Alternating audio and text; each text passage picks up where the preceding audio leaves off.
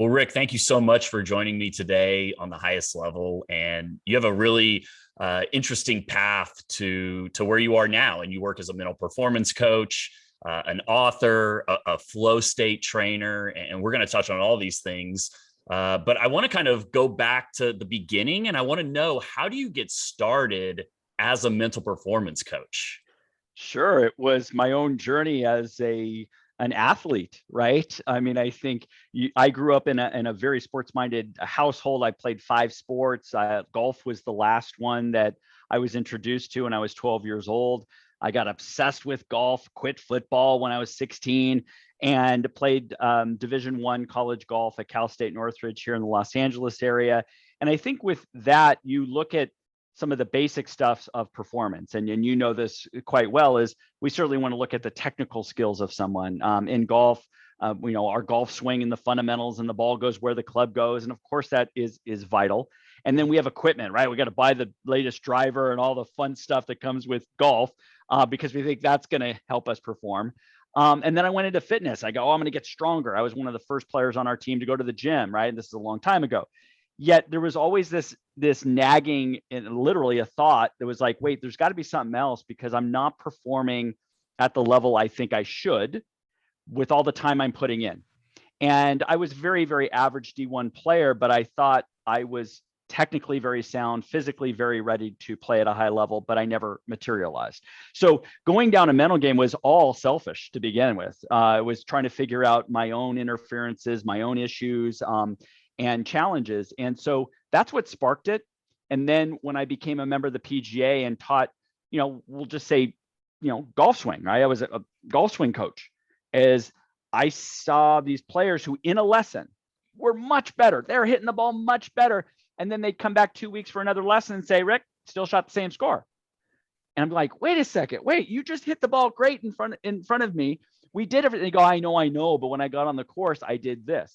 And I go, So now it became less about me and more about my students. They weren't getting better. And it wasn't because they technically weren't getting better. It's that mentally and emotionally, there were still interferences that they did not have strategies for. So that's when I started going down the rabbit hole. I'm still going very deep in that rabbit hole, by the way. But I just wanted to know why people weren't performing to the level I felt they should. So I went back to school, got a doctorate in applied sports psychology, started doing less and less swing coaching and more about mental coaching with competitive players and junior players. And I just am so fascinated with it, because I do want to know what people are thinking and feeling in those moments of performance. So I could talk on and on and on, which I know we're going to get into, but that's kind of where the road went. It went from selfish to now I wanted to serve my clients better. Which a lot of great leaders have that realization at some point in their journey. They realize, oh, it's not about me at all. It's about the people I lead. And I love that. And just curious, how has that aspect of the peak performance at the highest levels of golf changed? Specifically, I guess, in the last decade or two, but I imagine it's vastly different from this period that you're talking about, where you kind of transition from swing coach to mental coach to where we are now with the perception and the focus on the mental game. No, it's a great question. I think, 30 years ago is when I played college golf, and you golfers, I believe, were already at the cutting edge of mental game because they were at least more open to it. It was an individual sport. We understood they were more vulnerable. People always say, yeah, the golf is very mental game, right? And so we've had that kind of knowingness for a long time. There's been like Bob Rotella, there's been wonderful sports psychologists that found their niche in golf. So it was more well accepted, but I don't think it became something you trained until maybe like 10 years ago, right? 5-10 years ago, where now you have more PGA Tour players that have a sports psychologist on their team. You have college programs that are either utilizing people within their university, or they're bringing outside consultants, which I've been brought in, because they do know it's, and it gets beyond performance though, right? We now know there's mental health and other things. So now it's being more and more accepted. And I think like yourself, like me, like we have coaches that are making it more tangible and trainable, and not just, hey, it's positive thinking and believe in yourself. And so I think it's getting a lot more momentum. And now in the last few years, and not only in golf, but other sports, people are talking about it more in a very positive light. So I think it's definitely trending in the right direction. Absolutely. And, it's very interesting because we talked about this when we first met in 2019, and you had kind of shared some of the work you had done, the book that you had written. And shortly thereafter, you had been linked up with Collin Morikawa, who is one of the top golfers in the game of golf right now. And just kind of take us back and just talk about how that coaching journey started with such an elite athlete. Sure. No, and it's a wonderful story, to be honest with you. So I was coaching golf at the local public golf course, which I've done for years and years and years. And here comes a father and his son coming up to me and say, Rick, we understand you work with a lot of very good junior golfers. We would want to know if you would like to work with my son. And he hits a golf ball. And I said, yeah, you bet. He had a very athletic swing. Well, Colin was 8 years old at the time. And so at that moment, now it's 17 years ago, I became a swing coach. Okay, great. So that as progresses, part of my coaching philosophy is obviously more than swing. I would take him on the golf course a lot, and we talk about routines. We talk about competition. We talk about pressure. And it was just kind of dripping it in every week. I would see him once a week for the first 10 years until he went to college at Cal Berkeley. And so I was able to literally see him every week, not only on the mechanical side, but also the mental side, and be able to blend that together. And then as he became an All-American in college, became the #1 ranked amateur in the world, he gets on tour. He's now, as of this recording, he's #3 in the world. He's won 2 majors. That progression has been, I've been fortunate to be a part of it, yet we've been able to build that foundation for 17 years. And now when I look at his performance, I don't always say it's, oh, he hit the ball to the right, that must be a swing thing. No, it might be a mental thing. He might be having interference over the shot. Maybe there's a little doubt. Maybe there's a little anxiety. Or it's not always mental, right? It could be physical. So that's what's fun for me in this environment, is to work with arguably one of the best players in the world. And when we look at performance, we don't always just think it's one or the other. It's always a combination. And that's what intrigues me about any kind of performance, but now at a high level like this, I'm always trying to tweak and figure out what his patterns are and such. And this might be a tough follow-up question, but having had so much time to be there, especially like at a very young age, where quite honestly, probably early into his introduction in golf, and to be able to kind of be there firsthand, to see the progression through the years, was there one thing that you mentioned routine a moment ago, like teaching Sure. the routine. Was there one thing that you can remember that maybe clicked and caused like a huge jump where you were like, oh, wow, like we might be on a path towards something special here? Or was it just always just a constant evolution and improvement? Oh, I'm going to cop out and say it's both, because he always trended in the right direction. Even college coaches recruiting him saying he was always getting better every 6 months when they looked at his scores and when they his trends, right? If we looked at like mental emotional skills, very, very fortunate. He has 2 of the best parents you could have, which is a key part of this and how Colin developed. Colin is a very intelligent young man, a hard worker. He had a lot of some of those intangibles from such a great environment. I felt I could help cultivate some of those things. A couple things come up to me is what makes him, I don't know if difference is the right word, but hey, he's elite, is he loves competition. And he also has a growth mindset. So he always wanted to put himself in challenging situations to compete. Whether it was, I always competed against him in every single lesson, by the way. The last 5 minutes was always competition. And I wanted to see how he dealt with that. Well, he took it on. He wanted to beat my butt every single time. Awesome. Okay, great. And if he didn't win, it wasn't make excuses. It wasn't complaining. It was, okay, I got to get better. Now, that's not always seen with junior golfers. Okay. Yes, they may want to compete, but if they lose, it's like, well, it's not fair, Rick. You're older, you're a professional. I never heard excuses from him. I only heard somebody who wanted to get better. So that part of him I of course wanted to keep cultivating this learning mindset and curiosity. And hey, what did we do on this tournament? What could we do a little better? What did you do well? And he dove right into it. So he trusted me. His parents trusted me. And so we always had this constant feedback loop that was occurring that wasn't about short-term fixes. It was about long-term development. And again, not every golfer I've worked with has embraced that mentality. You hit on so many things just now. We could spend the next 2 hours talking about your answer just now. Absolutely love that. And I think I might have mentioned to you earlier that I just published my first book called Finding Intangibles. And it's really surrounding a lot of the things you just talked about. And you talked about, the parents and the influence that they had on him. You talked about the competition and the competitive nature in him since early on. And I love it, growth mindset, which was kind of like the origin of what gave me the idea to write my book. And I think you see these, you're talking about an individual sport or an individual performer, but these were the same intangibles that led to elite performers in football and also the great teams that I was a part of as well. They embraced all of these aspects that you just mentioned. Like I said, we could talk about this all day. I do want to ask, you mentioned his parents.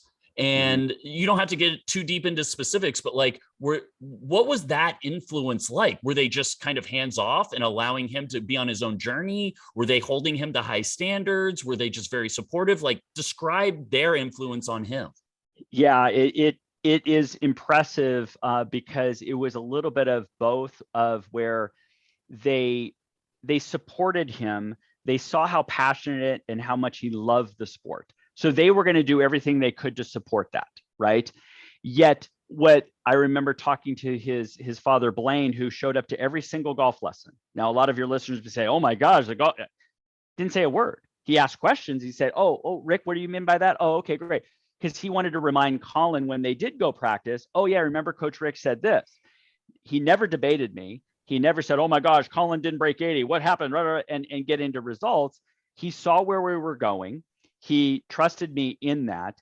And yet I think his big thing is that if Colin wanted to be the best junior golfer or whatever, I think all he did was believe that Colin should put the time in and not be forced to do it, but say, hey, if Colin wants to be good, okay, I'll drop you off at the golf course for a few hours. And so, but never force Colin to do anything. And a lot of it, again, is about their character. It wasn't about winning things. It's about how you handle things. And that's, again, it's a godsend when you're in that environment. So parents were supportive. They did what they could to help him, because golf is a very expensive sport to play at a national junior level. They certainly allowed him that, but they saw the love he had for the game. They saw his work ethic came very intrinsically. It was never forced. And so they kept supporting it, and they trusted me along that journey. And one of the things, and I'm sure you're echoing this, and I'm sure you've seen this before with others you've worked with, is this process-driven approach, not results-oriented. And I think, especially in our society today, we get confused and we think that it's all about the results. And if you don't win, what does it really matter? And what I'm hearing is that there was a relentless focus on the continual development and not getting too hung up on shooting 80 one day versus having a great day the next day. It was just kind of this constant evolution, it sounds like. Sure. And I don't want to dismiss results, because honestly, I do talk about results a lot with my clients. There has to be some benchmarks. Are we actually getting better at this? Are the things we're doing in the processes and routines leading to better performance? Please, I'm actually a big believer that we can have metrics to say, is my game getting better? And it could be scoring average, it could be rankings. I get that. But what I was allowed to do with Colin is saying, hey, Colin, let's say he's 12 years old. Do you want to play college golf? That's the question I posed. I didn't say PGA Tour yet. I said college golf. They said yes. I go, do you want to go? What kind of school? Oh, I want to be at a high level D1. I go, great. In the next 4 to 5 years, we have to develop you in this way. So by the time you hit 16 and 17, you're getting recruited. These are what the coaches are going to look for. It didn't matter if at 12, he's winning a golf tournament, which a lot of parents are obsessed with. It was, okay, we need to learn these shots. So by the time 15, 16 happens, we're ready to go. He bought in on that. Okay. the goal was to keep peaking and keep going like that, but I wanted to prep him for future challenges, not just quick fixes for the moment. And again, he bought into that, but there still was results. He wanted to get recruited. He wanted to go to a top school. Those are all results, but we had to create a plan based on that and have little metrics along the way. Yeah. And you're making me kind of think like, okay, maybe I need to reframe the wording in my coaching. And like, we all realize that the results are part of the business, right? Especially in the high performance business. Well, right. And again, I know we get bogged down. It's all about the process. It's all about the process. But I try to talk back and say, hey, if I want to go lose 20 pounds, okay, my process is going to look different than if I want to maintain my body weight. Okay. Two different goals, two different processes. So getting clear on the goal and the outcome that we are looking for. Some of it's out of our control. I understand that, but does create a plan. He wanted to be the best player in the world, which is getting close to that now. And I've had some players when they're 14 say, hey, I want to go to a D3 school and not be stressed and stuff. Like, great, different plan. Awesome. Okay. Because the D3 plan is not going to work for Colin, who wanted to be the best college player, on that. So that I use goals as a motivational factor, but I do want to have us have an idea where we're going. Yes. And like one thing I want to point out that I really like is the reverse engineering of, okay, what's the goal? Okay, you want to be a high level Division I golfer. Okay, so like, what do we need to do over the next 4 or 5 years? It wasn't just like, well, we need to keep getting better. You need to shoot lower. It was actually breaking it down into very specific details.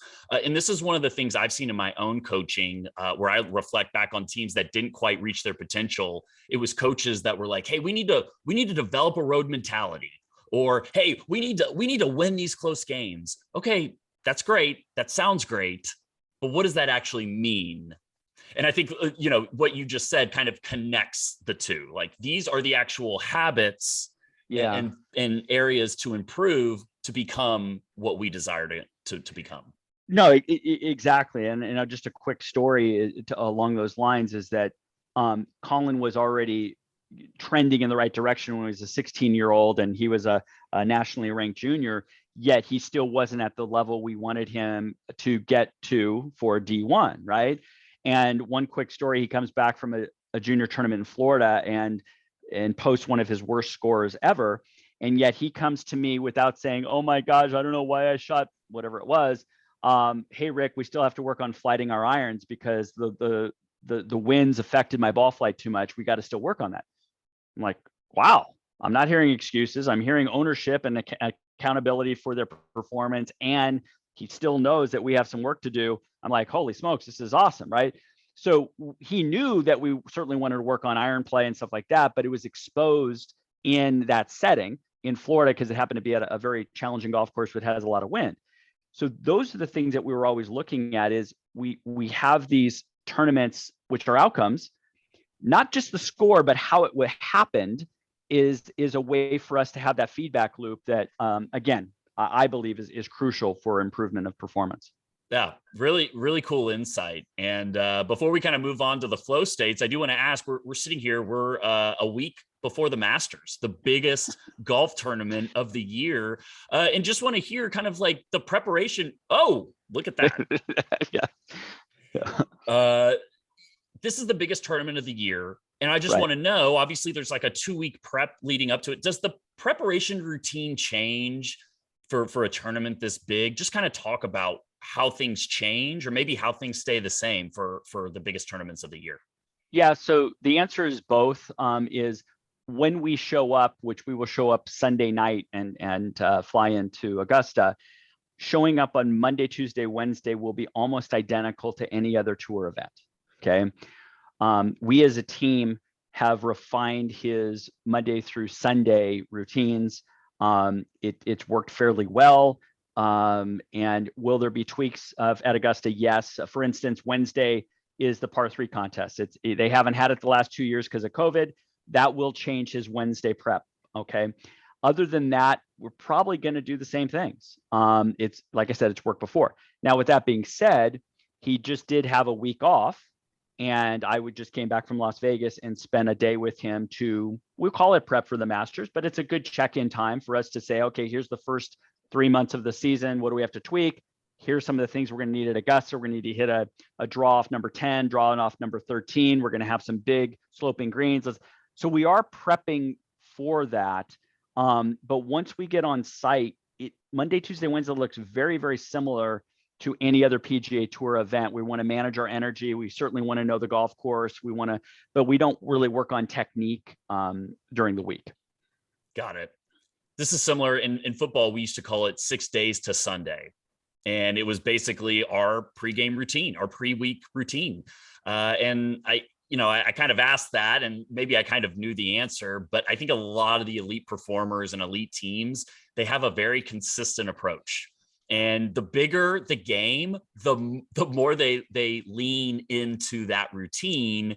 And I think we did that in football as a way to say, okay, even though this game is going to be in front of 100,000 fans and in front of millions of people on television, prime time on Saturday night, Sunday during the day, it was the exact same prep leading up to that game. And that's what I'm hearing from you leading into the biggest week of the year. Definitely. And as coaches, a team, we have a team around Colin, and I made mistakes as a coach when as an amateur, he got to play in 2 PGA Tour events as an amateur.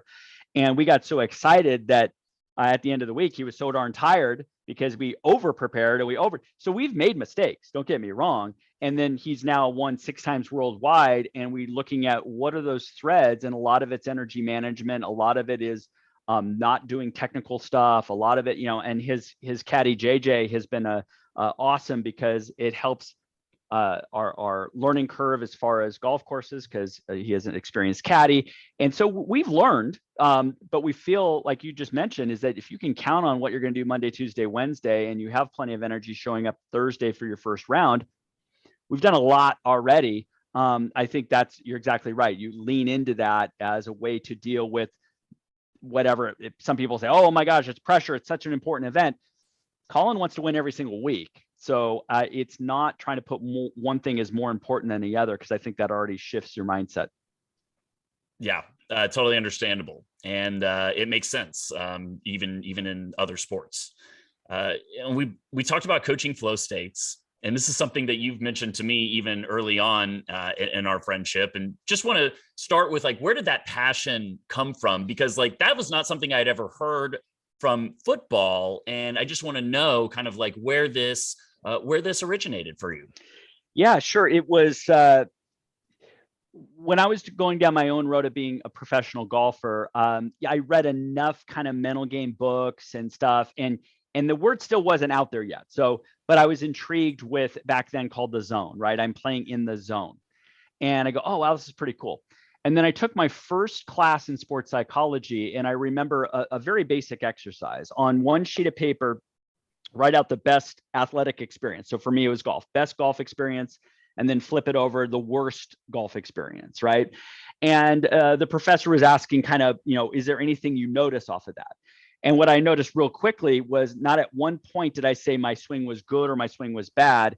It was all mindset. It was all focus. It was all confidence. It was all emotions. Like, holy smokes, what a contrast here of that. So that then stemmed into, we read the book by Mihai Csikszentmihalyi, Flow, the Optimal Experience. And I'm going, wow, this makes sense. And it wasn't a golf book per se, it was optimal experience in life. So he had done enough research on athletes and musicians and surgeons and teachers. And we all had this common bond of a flow state of optimal experience. We're performing our best, we're feeling our best. I go, this really resonates with me, right?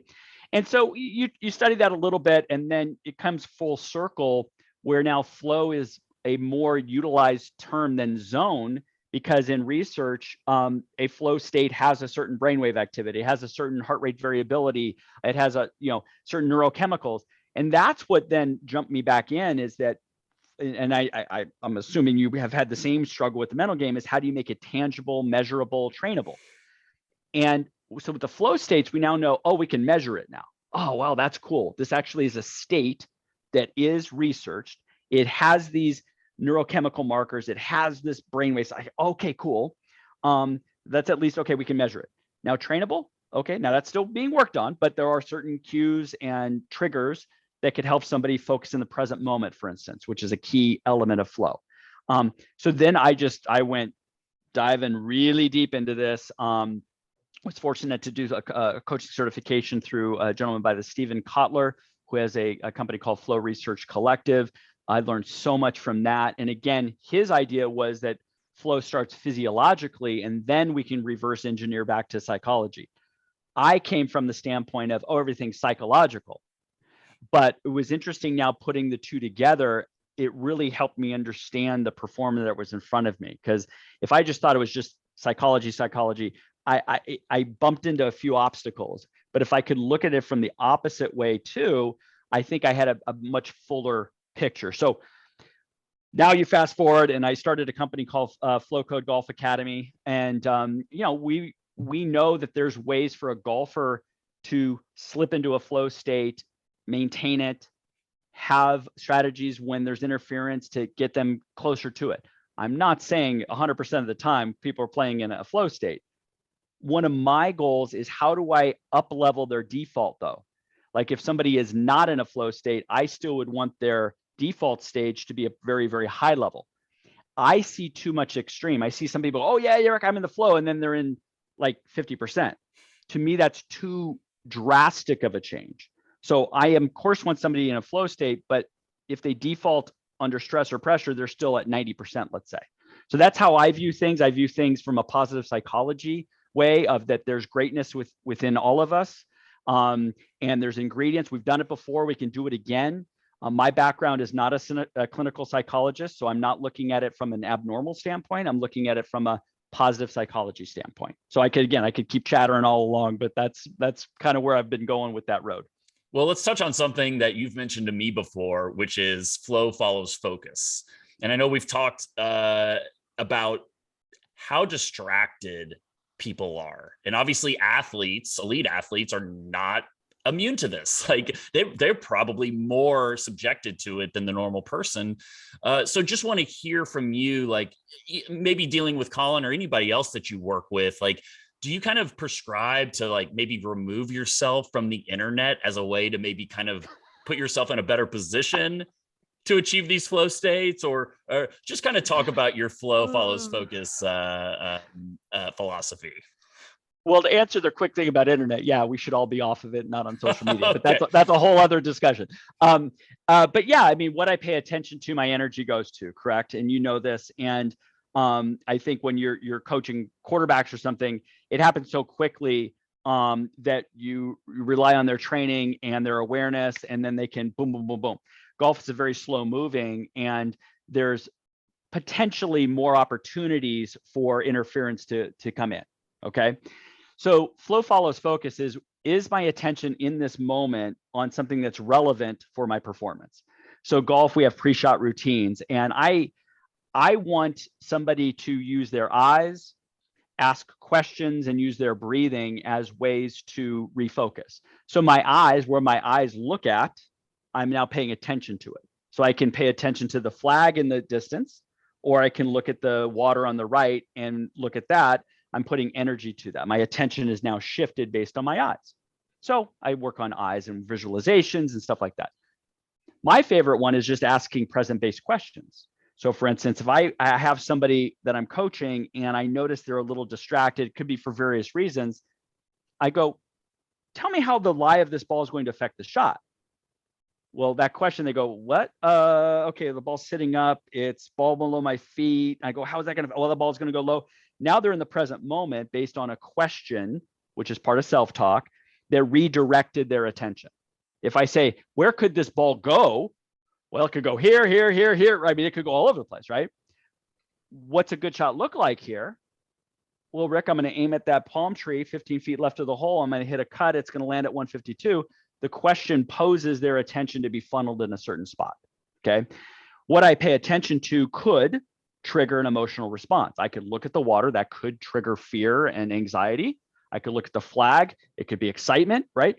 So the focus could trigger an emotion. Well, emotion is going to affect how I feel. Now that's going to affect my performance. So flow follows focus is the starting point. And it's very cliche in golf to say one shot at a time. Why is it a cliche? Because it's true. This is all I can do in this next 30 seconds is pay attention to what's relevant. What's the best strategy for me to perform this, and then be able to trust myself to execute the shot. So cool, because I'm reflecting on some of the great coaches I've been fortunate to work with, and two things stood out to what you just said. Number one, we used to always say it was just like we did it in the drills. Like it was just like we did it in the drills. And coaches used to talk about in our practice, we were training for the game, right? Like obviously, but I think sometimes it's important to remind, especially younger athletes, that's why you're doing it. And the second thing is the great Coach Gans used to always say one snap and clear. Like we got one snap, we're going to focus all our energy on this snap. And then once we're done with the snap, regardless of what happens, we're going to clear, and then we're going to get ready for the next one. So exactly. Great to see the parallels between, high level golf and also football too. And you talked about something as well, you're talking about creating situations where everything is going right and putting yourself in the best position to make sure everything's going right. But we all know that that's not what life or sports or business is about. It's all about those random events and setbacks that we experience seemingly every day. So talk about adaptability and how adaptability is important when we're talking about the peak performance of anybody. Yes, and I'm going to go back to flow training. Is what I really enjoyed about Mihai Csikszentmihalyi and his work is we say flow follows focus, but flow is also about a challenge skills balance. And so I loved how he put that challenge is a part of peak performance. Most, maybe I shouldn't say most, but I've had a lot of junior golfers who, look at challenge as something bad. It's like, I don't want to challenge myself. That might mean I'm going to be bad at it. I'm going to fail and that. But he said, no. The more we can challenge ourselves, the more we push our skills, the more we push our skills, the more we can take on challenge, so on and so forth. So I look at adaptability, which I love that word, is how can I look at this situation as a challenge instead of a threat? Now, most people who, when they're a little bit outside their comfort zone, is like, this is a threat. This means I could fail. And oh my gosh, how am I going to look at other people? People are going to look at me this way. And like, whoa, time out. Let's just look at the situation here. Do I have the skills to match what's in front of me? If I don't, in golf, I could always choose a different shot, right? But people become overwhelmed with it a little bit. So I love the challenge skills balance that flow is when we're challenged at a high level, but we believe in that moment, I have the skills to match that. Or maybe it gets pushed a little, great. But when we believe that the challenge is greater than our skills, that's when the anxiety and worry gets kicked in, okay? And so I am a big believer also in feedback loops of after a shot's been hit, how do I process that? What's a post-shot routine? But I'm very much into cognitive reframing is how can I look at this situation in a certain way that's either neutral or positive? I don't think it's always going to be positive, but that's why I'm saying I could look at this as a challenge. Okay, let's bring it on. But most people look at it as a threat. Oh my gosh, it's this is going to happen. And they're going down a tunnel with their thoughts that is going to stay black for a long time. So I think the adaptability is because golf's a slower moving sport. I start with cognitive things of how I could define this and can I look at this in a different way? Hey, what skills do I need to bring to this? Maybe a little different than obviously a quarterback getting blitzed and going to be put on his butt here real quick. But I think golf provides us the opportunity to train our thinking and create new meaning to what's in front of us.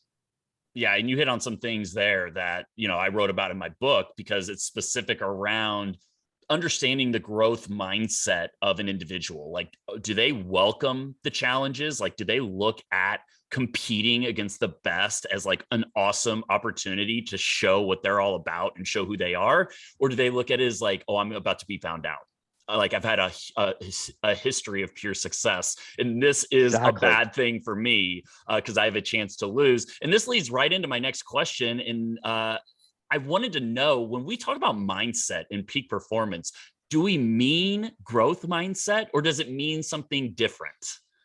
Yeah, I think we start with mindset can mean many different things, because I think mindset is our values, our beliefs, our personality for that moment. What does this mean to me? What's my mindset of this?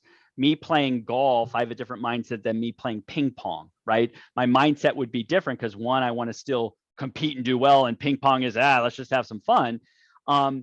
Built within that could be, am I growth mindset? Am I curious? Am I competitive mindset? I think there's sub mindsets, but overall I'm looking at is my view, which is based on beliefs and values and my goals and what I bring to this. How do I view what's in front of me? So that's how I look at mindset. And I think there's sub mindsets, growth mindset being one of them. That's how I look at it. Got it. Got it. And we talked about this a little bit earlier, but like one of the things I'm very fascinated by, and as I was kind of breaking down the intangibles you want to look for in elite performers, there was mindset, there was heart, and then I also kind of identified a third piece, which was team players, and kind of like being surrounded by the right people. Now, a sport like golf, it's a little different. Like you're out there by yourself. You mentioned, ping pong or tennis or any sport where you're by yourself, but you still have people that surround you. And so, like, I know we talked about Colin's parents earlier, but like when you're talking about an individual sport, how important is the people that surround you without having a team, so to speak, on the field with you? I think it's crucial. And now that I've been really out on the PGA Tour for 3 years, and I see other teams, we're going to call them teams because they are. And I know you're an expert at this already with cultures and leadership, and you want to create a culture within that team. Now, the individual athlete is pretty much going to run what that culture is, because a lot of it's based around them. But with Colin's team, I'm his mental game and swing coach. He has a caddy, JJ, who sees more shots than I do of him, who's there every single shot of the way, who helps him prepare. He has his parents still to a degree. He has his fiance. He has his agent. We have TaylorMade Club Company. We got Adidas. There are a lot of people that would affect Colin. Okay. And we have very, very fortunate is a culture that is built around positivity and support. And we all want to grow. We all want to help each other. We have mutual respect for everybody. So there is no friction. I'm not saying every team on the PGA Tour is the same way. Okay.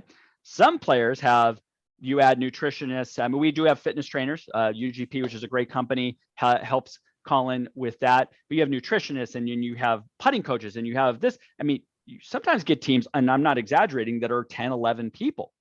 And yet we call it an individual sport. Yet when they're not performing, they're still with that team. And if the team is toxic, if the team is egomaniacs, it's like that, it's going to affect the environment. So, it's more behind the scenes in golf than it is, but it does affect the player, because they want to have a clear mind out there. They want to have no baggage that's being brought there. Yeah. And I mean, like relating it to your own life or anybody's life, I mean, like you're responsible for setting the tone for the people that surround you. And I, of course, firmly believe that even if you have 10 of those 11 that are aligned with what you want, if you have one person that is selfish, or like you said, maybe like upset because they're not getting enough attention in the media or whatever, that may not seem like a big thing, because a lot of people would just say, oh, well, they're an elite athlete, they need to deal with it. They're going to need to deal with the jeers and the clapping and all the other stuff within the performance arena. But like that small thing can have a huge effect, especially when you're talking about having kind of like these pure moments of flow where everything seems to be clicking at the highest level, so to speak. Correct. It becomes a distraction. And that, back to our flow follows focus. If I'm not paying attention to what's relevant, I'm paying to something that is irrelevant. I've now pulled myself out of the present moment. I'm not going to perform as well. Yes. Great way to put it. And I just want to know, like, we talked about kind of the evolution of mental coaches and performance coaches over the last 10, 20 years. I just want to know, like, are there any coaches that you've looked up to or that you have followed and tried to emulate on your journey? Yeah, and it's interesting. Not all of my influences have been coaches.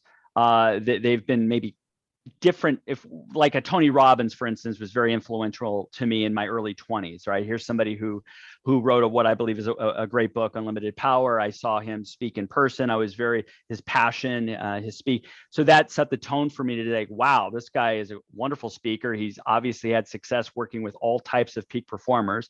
So that kind of set the tone there. I have other books, and Dr. Joe Dispenza, who's known a little bit, but he had a book called Breaking the Habit of Being Yourself. That was, so I'm looking at different, and Stephen Kotler with Flow Research Collective, and so I pick and choose. I think I've looked at coaches outside of golf, maybe more than within golf. So whether it's a John Wooden, and you see how somebody just starts with fundamentals and just keeps refining that and only controlling what you can control, and just the character that he was about. So I tap into a lot of different things. And I go down different rabbit holes, like I say, to build different skill sets in me. And within that, I get to learn from those experts, and such. So I don't think there have been many people in the golf industry that have been extremely influential to me, but it's been outside of that for sure. It's great. I love that you're pulling from different resources, different sports. And I think that's really important too. I think it helps with creativity, and I think it just kind of infuses, not everything's going to relate, of course, but there's a lot of parallels, and I'm sure a lot of useful information from those sources. I wanted to try and cover kind of the keys to peak performance. So is there anything that I've missed here in terms of adaptability or mindset, or anything that you're jumping on? You're like, Evan, how come you haven't asked me about this? I mean, if we say flow follows focus, okay, that to me is the cognitive side of paying attention, and the true mental side. What am I focusing on is a mental process. There's an emotional side, which is what is my body feeling, which is, am I frustrated? Am I anxious? Am I excited? That can come from thoughts and come from what I'm focusing on, certainly.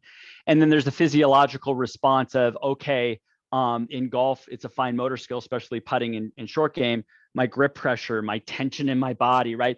We're looking at all of that as awareness, right? Am I aware that I am ready to hit this golf ball or not, execute the shot? And not enough people, I think, have the awareness muscle built in. After the fact, they'll tell me that was horrible and I was distracted. And I go, well, then why didn't you do anything about it? Because their awareness skills have not been built up yet. And I know you talk about it and I talk about it, is back to focus, is I need to pay attention where I'm at right now, and what am I thinking, and what am I feeling, and what is my intention in this next shot. People are in their head and they're distracted and they're worried, and then they hit the shot and they go, oh, I really wasn't focused. It's like, wait, all we had to do is call a little timeout on ourselves. Okay, take a breath. Am I ready to hit the shot or not? Right? I mean, it seems simple, but in the moment we get caught up. And I think that is a skill that I know I keep learning, even in coaching. I got to be aware of where I'm at. What am I paying attention to? What am I feeling? And having a constant feedback loop of, is this truly where I want to be in this moment? Well, that's some great peak performance coaching here in the moment, on the Highest Level podcast. I love that. Even listening to you, I'm like, oh, I need to do more research on awareness in my emotional states. Like, that is a place I haven't spent enough time. But I know that you have created several resources for people that want to learn more about this. So, tell us about your book. Tell us about Flow Code. Just tell us about some of the projects that you're involved in, because a lot of them are really interesting and relate directly to a lot of the stuff we've been talking about. I appreciate that, Evan. Yeah, I wrote a book about 15, 16 years ago called Golf, the Ultimate Mind Game. Proud of it. It's a good introductory book on the mental side of the game for golf. Working on another book now, won't be out till 2023. And then really what I've done a lot in the last 18 months is build this platform called Flow Code Golf Academy, flowcode.golf. So flowcode.golf, you can go there, and we have a lot of free resources, and certainly have a membership. I have my own podcast, Flow Golf, on a lot of the podcast services, and we and it's a team. We as coaches and as a platform want to share these ideas about flow and peak performance. My mission, though, is to take it beyond golf and to take it in life, and using these skills, and you do it so well too, is how do we help people live their life better with more meaning and more focus and more awareness, and more emotional adaptability and such. And so that's what I'm very, very passionate about moving forward. I love that. And I know it's a project that you've been passionate about for a long time. So it's really cool to see it come to fruition. I'll add the links in the show notes so everybody can go there to find it. And Rick, thank you so much for joining me. This was really awesome. And I feel like there's another level that I can reach in my peak performance too. So thank you so much for educating us today. Thank you so much for the opportunity.